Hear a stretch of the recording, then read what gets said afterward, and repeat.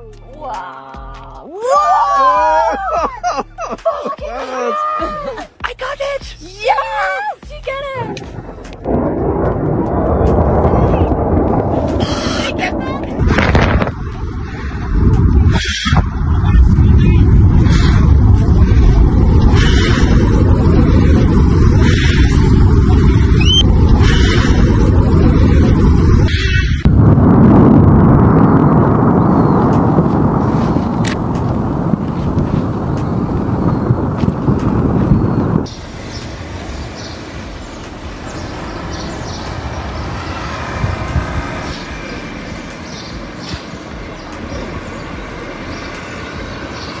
Imagine ça, tu dors tranquillement dans ton lit, quand soudain le sol commence à trembler, le ciel devient noir comme en pleine nuit, et t'as à peine quelques minutes pour choper tes gosses et fuir avant qu'une rivière de mort en fusion ne dévale la montagne.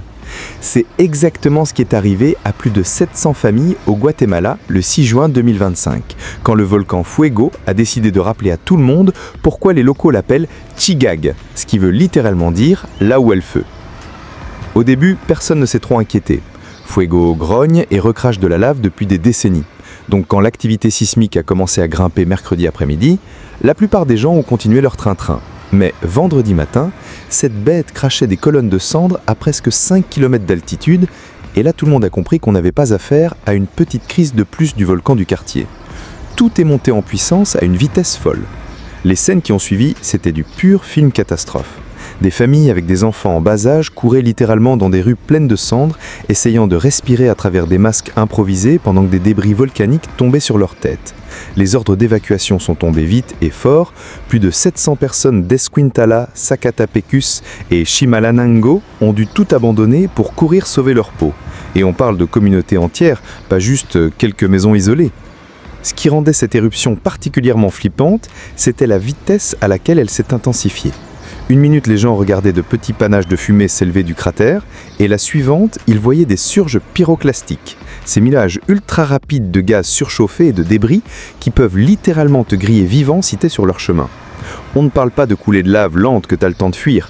Là, c'était des avalanches de morts qui fonçaient sur les pentes à la vitesse d'une bagnole sur l'autoroute. Les autorités ont monté des centres d'accueil d'urgence et les images de l'intérieur brisaient le cœur. Des centaines de familles déplacées, dormant sur des lits de camp dans des gymnases ou centres communautaires, des gamins en pleurs qui ne comprenaient pas pourquoi ils ne pouvaient pas rentrer chez eux, des parents serrant fort les quelques affaires qu'ils avaient réussi à sauver dans les précieuses minutes avant l'évacuation. Beaucoup de ces gens avaient déjà vécu des éruptions, mais celle-là avait un goût différent, plus violente, plus imprévisible. Pendant 30 heures d'affilée, Fuego a déchaîné l'enfer. Des rivières de lave se sont formées autour du cratère, des colonnes de cendres ont atteint des altitudes menaçant le trafic aérien et les grondements constants se ressentaient à des kilomètres à la ronde. Le volcan balançait tout ce qu'il avait contre les villages alentours. Fumée, coulées de lave et ces terrifiantes surges pyroclastiques qui dévalaient les pentes à toute vitesse, brûlant et ensevelissant tout sur leur passage. Mais le pire, c'est que ce n'était même pas la pire éruption de Fuego. Ce volcan est à peine à 18 km d'Antigua, l'une des plus belles villes coloniales du Guatemala et une destination touristique majeure.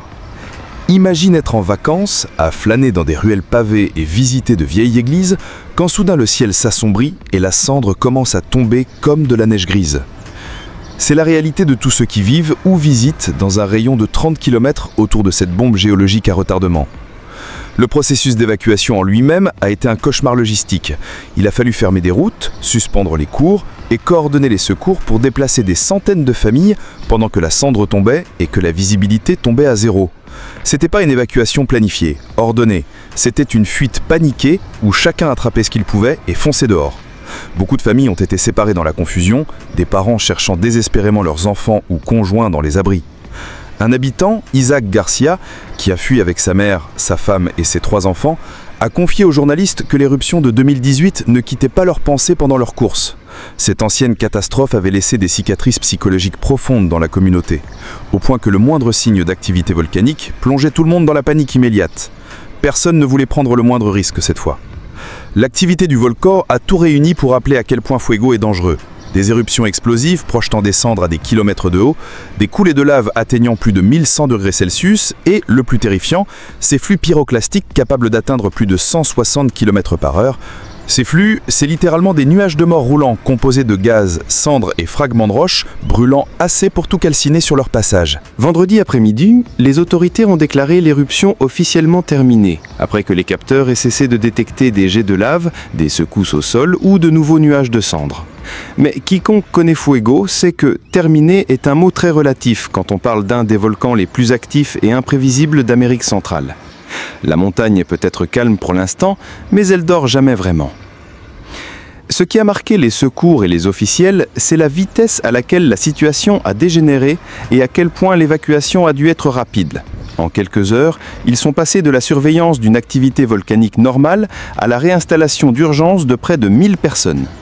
La capacité de Fuego à passer de grondements à menaces mortelles est précisément ce qui en fait un danger permanent pour les villages contraints de vivre dans son ombre. Voici ce qui rend le Fuego absolument terrifiant par rapport à tous les autres volcans dont vous avez entendu parler. Ce n'est pas une montagne lointaine qui entre en éruption une fois tous les quelques dizaines d'années et fait la une des journaux. Ce monstre géologique essaye activement de tuer des gens depuis plus de 500 ans et il est devenu redoutablement efficace.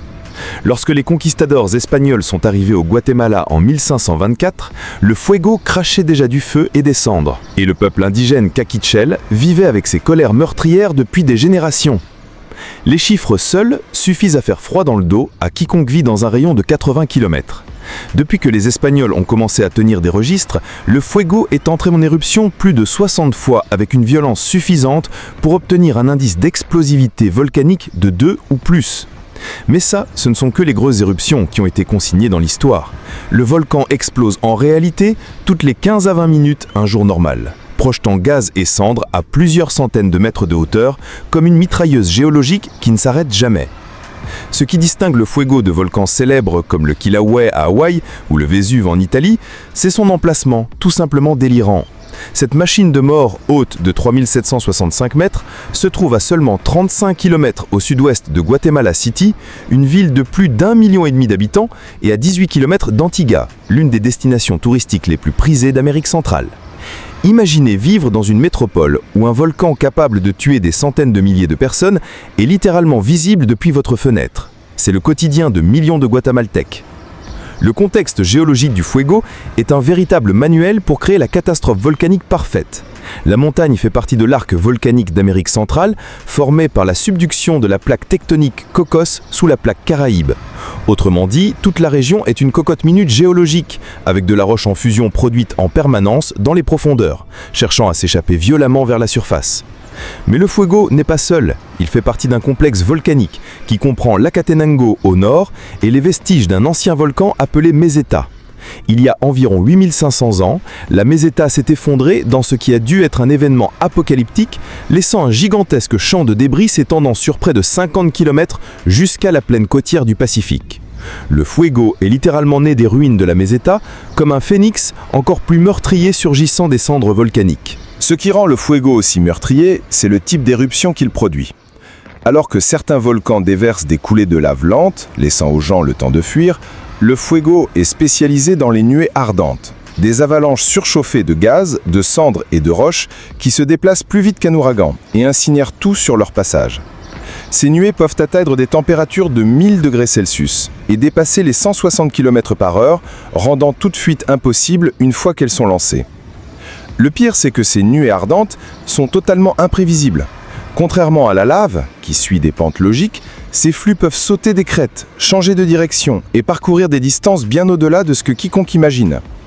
Ce sont des nuages de mort, fluides comme un liquide, rapides comme un gaz, qui remplissent les vallées et ravins tout en conservant leur température létale sur plusieurs kilomètres. La catastrophe de 2018 a montré que même les communautés situées à 10 km du volcan ne sont pas à l'abri. Ces flux peuvent parcourir cette distance en moins de 10 minutes. Le sol volcanique autour du Fuego crée une ironie cruelle. Malgré les risques évidents, les gens continuent à s'installer là. La cendre volcanique est extrêmement fertile, ce qui rend les pentes et vallées autour du volcan parmi les plus productives du Guatemala. Des générations de familles y cultivent café, maïs et autres cultures, créant des communautés florissantes économiquement dépendantes du même volcan qui peut les anéantir à tout moment. Cela signifie que l'évacuation ne consistait pas simplement à déplacer temporairement des gens. C'est leur demander d'abandonner toute leur vie, leur économie, leur culture. De nombreuses familles vivent dans la région depuis des générations, avec des structures sociales et économiques entièrement bâties autour de cette terre fertile. Leur demander de tout quitter, c'est leur demander de renoncer à leur identité. Les autres volcans actifs du Guatemala, le Pacaya au sud et le Santiaguito à l'ouest, sont dangereux à leur manière, mais aucun n'a la puissance explosive du Fuego, combinée à sa proximité des grandes agglomérations. Le Pacaya produit surtout des éruptions effusives, avec des coulées lentes, tandis que le Santiaguito est situé dans une zone plus isolée. Le Fuego, lui, est positionné de façon à provoquer un maximum de victimes avec un minimum de délai. Les systèmes de surveillance autour du Fuego se sont beaucoup améliorés depuis 2018, mais le fond du problème reste inchangé. Ce volcan peut passer d'une activité de fond à une éruption mortelle plus vite que n'importe quel système d'alerte. L'éruption de 2025 a prouvé que même avec de meilleurs capteurs et des communications plus rapides, évacuer des centaines de familles en quelques heures reste un cauchemar logistique. Les activités récentes indiquent que le Fuego entre dans une nouvelle phase de violence. Le volcan est plus actif depuis 1999 qu'il ne l'était pendant les 20 années précédentes. Et chaque grosse éruption semble suivie de périodes d'instabilité accrue. Les volcanologues internationaux considèrent le Fuego comme l'un des volcans les plus dangereux du monde en raison de cette combinaison explosive, puissance destructrice, forte densité de population et manque d'itinéraire d'évacuation efficace. Quand cette montagne décide de se fâcher vraiment, il n'y a pas de solution miracle pour sauver tout le monde. L'éruption de 2018 n'était pas le pire scénario, c'était juste un avant-goût de ce que le Fuego peut faire quand il est vraiment en colère.